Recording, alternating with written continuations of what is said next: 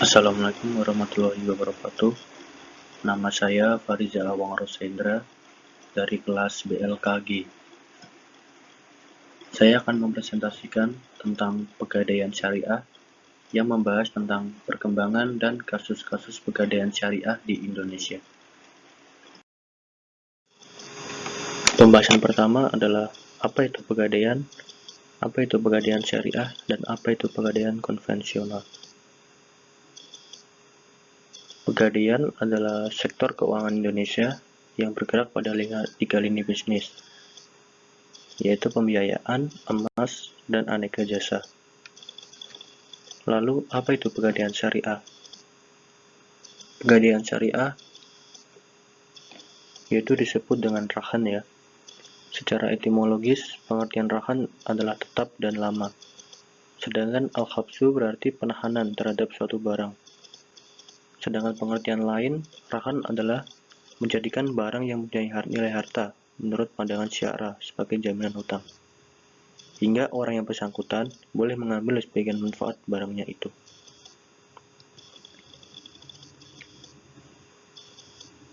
Rahan ini terdiri dari rahan hasan, rahan syariah, rahan emas, dan rahan tajwid.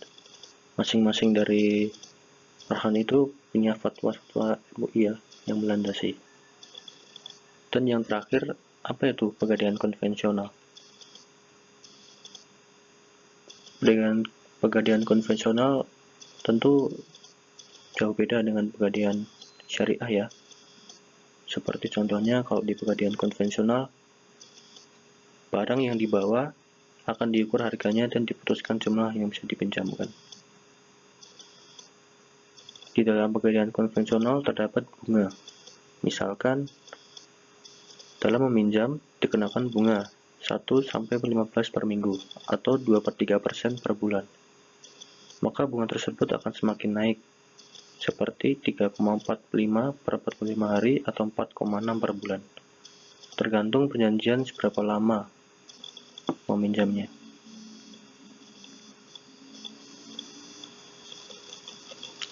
Adapun juga di pegadaian konvensional terdapat persyaratan jika pinjaman tidak dilunasi beserta bunganya. Biasanya barang tersebut akan dilelang kepada siapapun hingga tanggal tertentu. Maka dari itu sebaiknya kita lebih memilih pegadaian syariah ya, karena akad-akadnya jelas dan bebas dari riba. Adapun rukun dan syarat gadai syariah. Yang pertama adalah ijab qabul, kedua pihak yang menggadaikan rahan, tiga yang menerima gadai yaitu murtahin, 4 jaminan marhun, dan yang terakhir kelima utang atau marhun bih. Rukun dan syarat ini sangat penting ya untuk gadai, di mana rukun dan syarat ini adalah sah atau tidaknya gadai atau akad yang dilakukan. Berikut adalah syarat sah gadai. Yang pertama adalah rahan dan murtahin. Dengan syarat kemampuan juga berarti kelayakan seseorang untuk melakukan transaksi kepemilikan. Setiap orang yang sah melakukan jual beli sah melakukan gadai. Yang kedua adalah sikhat. Dengan syarat tidak boleh terkait dengan masa yang akan datang dan syarat-syarat tertentu. Yang ketiga, utang atau marhun bih.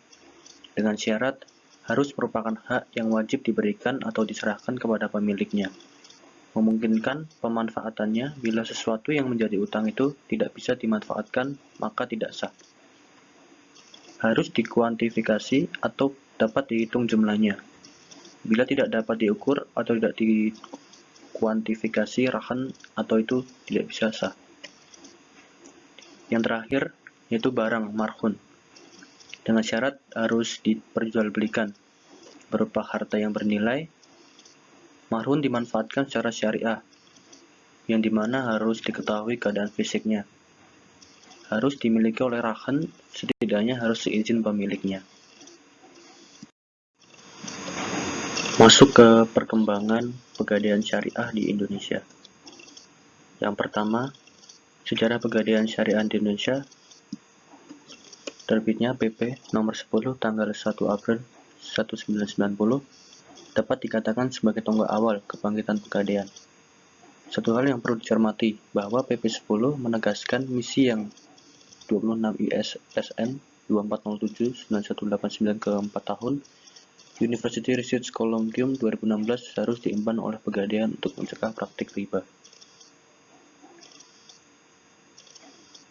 Misi tersebut tidak berubah hingga terbitnya PP 103/2000 yang dijadikan sebagai landasan kegiatan usaha perum pegadaian sampai sekarang. Banyak pihak berpendapat bahwa operasionalisasi pegadaian Prafatwa MUI tanggal 16 Desember 2003 tentang bunga bank telah sesuai dengan konsep syariah, meskipun harus diakui belakangan bahwa terdapat beberapa aspek yang menepis anggapan itu. Yang kedua, pegadaian syariah di Indonesia sudah memasuki tahun ke-7 saat diluncurkan pada Januari 2003. Yang ketiga, perkembangan kantor-kantor dan lembaga pegadaian melesat naik dari awal diluncurkan. Perkembangan pegadaian syariah sampai akhir Februari 2009, jumlah pembiayaan mencapai sekitar 1,6 triliun dengan jumlah nasabah 600.000 orang. Jumlah kantor cabang berjumlah 120 buah. Meskipun kondisi ini masih kecil dibandingkan dengan kantor cabang pegadaian konvensional yang berjumlah 3.000 buah, yang berarti baru 4% saja. Yang keempat, target yang telah terlaksana pada tahun 2009. Pada tahun 2009 kemarin, besar pembiayaan sebesar 2,8 triliun dan jumlah kantor cabang pegadaian syariah menjadi 300 buah. Pembiayaan pegadaian syariah bagi usaha kecil menengah (UKM) sebesar 8,2 miliar, yang berarti lebih besar jumlahnya dari target awalnya sebesar 7,5 miliar. Pegadaian syariah pada tahun ini juga akan mengembangkan investasi emas dengan produk mulia. Yang terakhir, pada tahun 1999, ketika beberapa general manager melakukan studi banding ke Malaysia. Setelah melakukan studi banding tersebut, mulai dilakukan penonggokan rencana pendirian pegadaian syariah.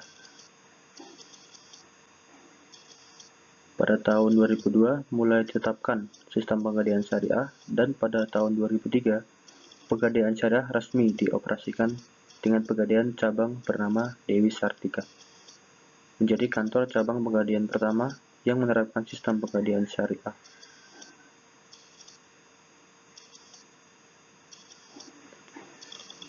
Meski tanpa bunga, pegadaian syariah tetap memperoleh keuntungan seperti yang diatur oleh Dewan Syariah Nasional, yaitu memperlakukan biaya pemeliharaan dari barang yang digadaikan. Biaya itu dihitung dari nilai barang, bukan dari jumlah pinjaman.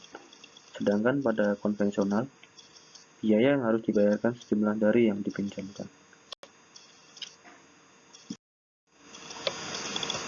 Lalu, apakah perkembangan pegadaian syariah di Indonesia telah sesuai dengan syariah itu sendiri? Pegadaian syariah yang ada di Indonesia dapat dikatakan masih jauh dari kata syariah sesuai dengan hakikatnya. Diawali dari belum seluruhnya dari pelaku pegadaian syariah di Indonesia mengerti dan memahami konsep juga tata cara pengoperasian pegadaian syariah yang sesuai dengan ajaran Islam. Masih juga sering sekali terjadi kesalahpahaman antara pihak pegadaian syariah dengan masyarakat mengenai prosedur peminjaman dana yang benar. Kurangnya fasilitas yang memadai dari pihak pegadaian syariah dalam melakukan sosialisasi sehingga informasi serta pengetahuan tentang pegadaian syariah secara konsep maupun pengoperasian menjadi tidak tersampaikan dengan baik. Ditambah lagi dengan minimnya pengetahuan dari masyarakat mengenai pegadaian syariah, dengan segala hambatan yang terjadi pada pegadaian syariah dalam perkembangannya.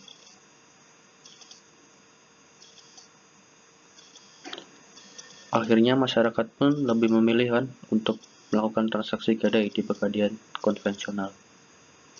Maka hal itu sangat disayangkan.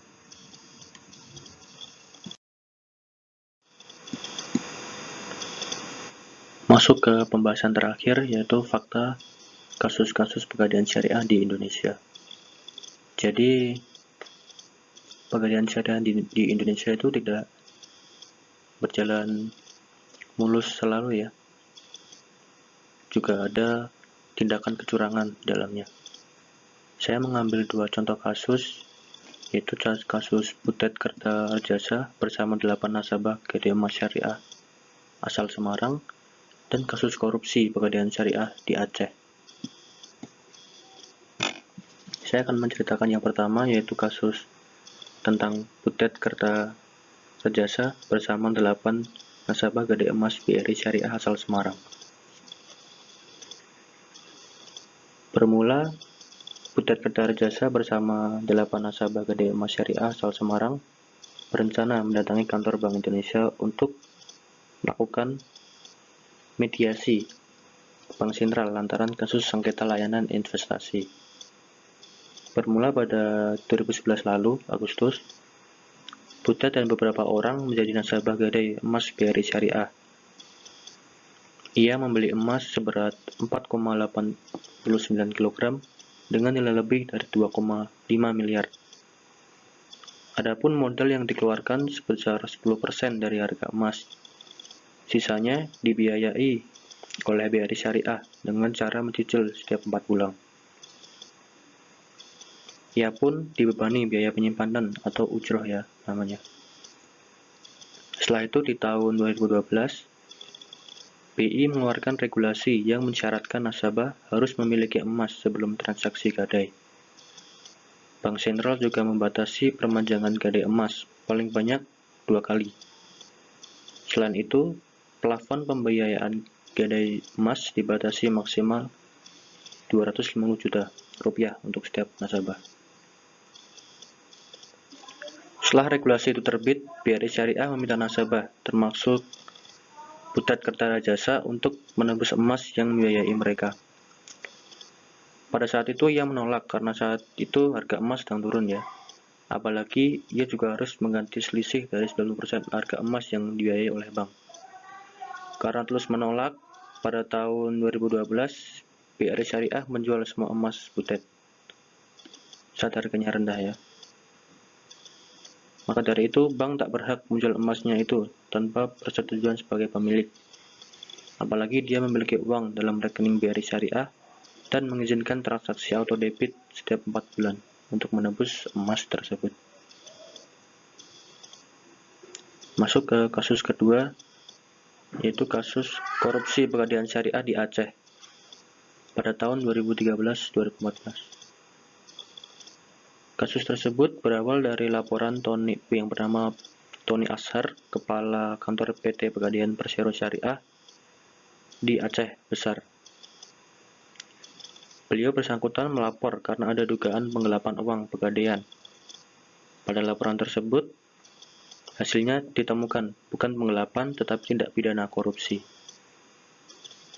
Tersangka bernama Muhammad Taufik yang jabatannya pengelola unit kantor, Beurawe, dan Ketupang. Diduga membuat kredit fiktif serta peminjam dan jaminan utuh. Maka dari itu, PT Pegadaian tersebut mencapai kerugian sebesar 1,8 miliar. Kerugian tersebut berdasarkan hasil audit Badan Pengawasan Keuangan dan Pembangunan BPKB Aceh. Dari kedua kasus tersebut, maka kita bisa belajar bahwa pegadaian syariah aja belum cukup. Harus ada rasa jujur dalam diri untuk lebih bagus, untuk membuat pegadaian syariah lebih maju lagi.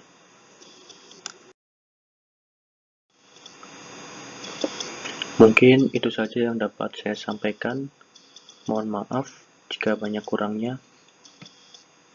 Semoga bermanfaat. Wassalamualaikum warahmatullahi wabarakatuh.